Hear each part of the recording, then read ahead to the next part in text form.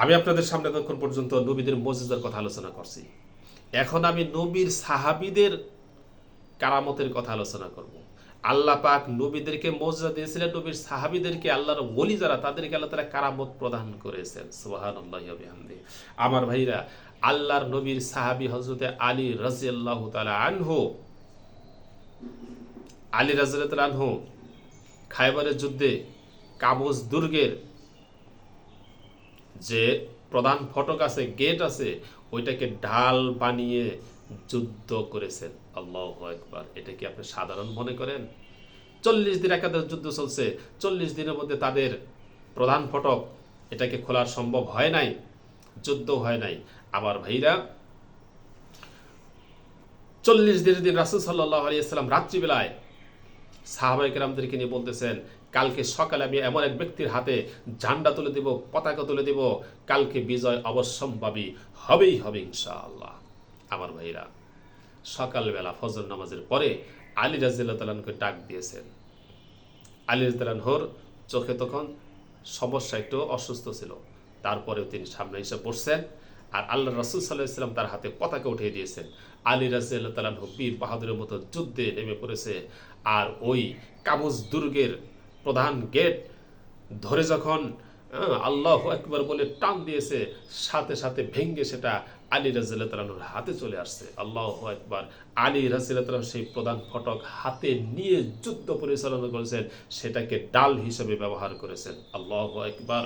আমার ভাইরা, যুদ্ধের পরে রাসূল সাল্লাল্লাহু আলাইহি ওয়াসাল্লামকে এই সংবাদ দেওয়া হলো, ইয়া রাসূলুল্লাহ, আলী রাদিয়াল্লাহু তাআলা আনহু প্রধান ফটক তো আল্লাহু আকবার বলে চিৎকার দিয়ে সেটাকে ভেঙে ফেলেছে, এবং শুধু ভাঙছে তাই নয়, সেটাকে হাতে নিয়ে যুদ্ধ পরিচালনা করেছে, এটাকে ডাল হিসাবে ব্যবহার করেছে। এবার রাসূল সাল্লাল্লাহু আলাইহি ওয়াসাল্লাম আলী রাদিয়াল্লাহু আনহুকে বললেন, আলী, এটাকে এখন উঠাও দেখি। আলী রাদিয়াল্লাহু আনহু সেই প্রধান ফটক, যেটা 70 জন মানুষ জায়গায় উঠাইতে তাদের শক্তি ব্যবহার করতে হয়, 70 জন মানুষ জাগাইতে পারে না, উঠাইতে পারে না, সেইটা সে একা হাতের উপর নিয়ে যুদ্ধ করছে। এখন যখন তাকে উঠাইতে বলতেছে, তখন সে উঠাইতে পারে না। আল্লাহু আকবার। বলেন, যেটাকে উঠিয়ে নিয়ে যুদ্ধ করছে, ডাল হিসেবে ব্যবহার করছে, আর সেটা হাতে উঠাইতে পারতেছে না। রাসূল সাল্লাল্লাহু আলাইহি সাল্লাম বললেন, বুঝতে পারছে আলী, তুমি যে শক্তি নিয়ে যুদ্ধ পরিচালনা করেছো, সেটা হলো ঐশী শক্তি আল্লাহ রাব্বুল আলামিন তোমাকে প্রদান করেছিলেন। কি বুঝলেন? কি বুঝলেন? মুসলমানের সাথে আল্লাহ তাআলার সাহায্য। সুবহানাল্লাহি ওয়া বিহামদিহি। আমার ভাইরা, এটা হলো আলী রাদিয়াল্লাহু আনহুর ঘটনা।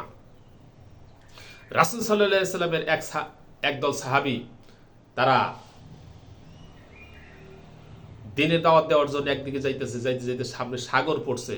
এখন সাগর পাড়ি দেবে কি দিরা? তখন তারা সাগরের উপর দিয়ে ঘোড়া চালিয়ে দিয়েছে।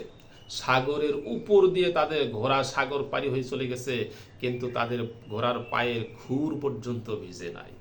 আল্লাহু আকবার। আমার ভাইরা, আমার নবীর সাহাবীদেরকে আল্লাহ তাআলা এমন কারামত প্রদান করেছিলেন।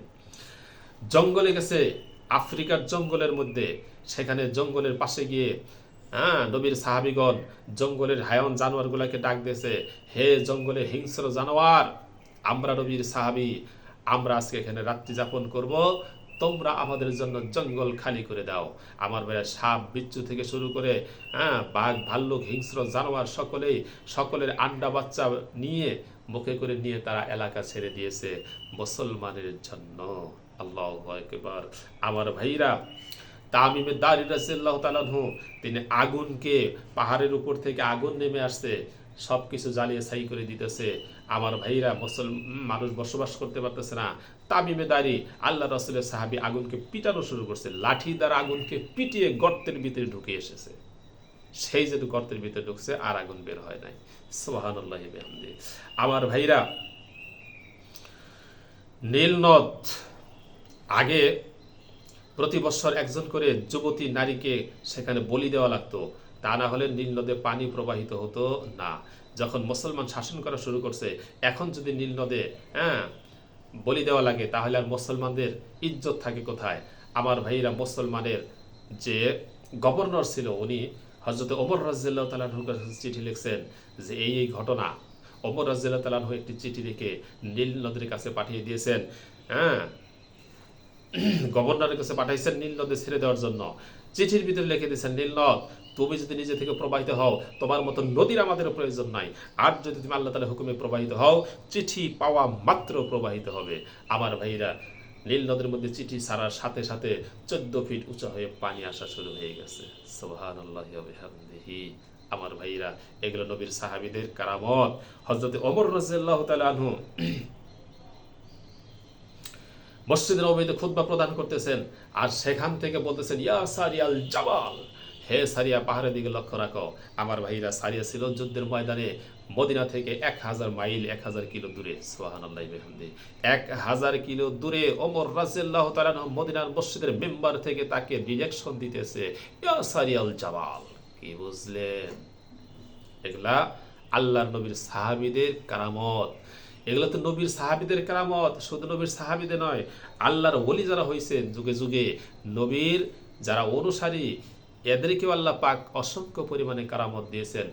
আল্লাহ তাআলার প্রিয় বান্দা যারা, তাদের অসংখ্য পরিমাণে কারামত এই দুনিয়াতে প্রকাশ পেয়েছে, যেগুলো সাধারণ মানুষের বিবেকে ধরবে না। আমার বেটা শাহ জালাল মুজাররদি ইয়ামিনী রহমাতুল্লাহি আলাইহি বহু কারামত আমার ভাইরা ওই সিলেটবাসী দেখেছে। আমার ভাইরা, এই যুগের অলি, এই যুগের অলি হাফিজি হুজুর, এই যুগের অলি হাফিজি হুজুর, আল্লাহু আকবার। উনি স্টিমার দিয়ে, লঞ্চ দিয়ে যাইতেছিলেন, আর তার উপরে মেঘ ছায়া দিতেছিল। এই যুগের অলি, এমন অসংখ্য অলি এই যুগে বর্তমানে আছে। এখন আমার কথা হলো, স্রষ্টা যদি থেকে না থাকে, কোরআন যদি সত্য না হয়, তাহলে এই সমস্ত ঘটনাগুলো কোথা থেকে আসে? এই ধরনের অসংখ্য অসংখ্য ঘটনা আছে। কাজে 100% স্রষ্টা আছে, আল্লাহ সত্য, রাসূল সত্য, কোরআন সত্য, দ্বীন ইসলাম সত্য।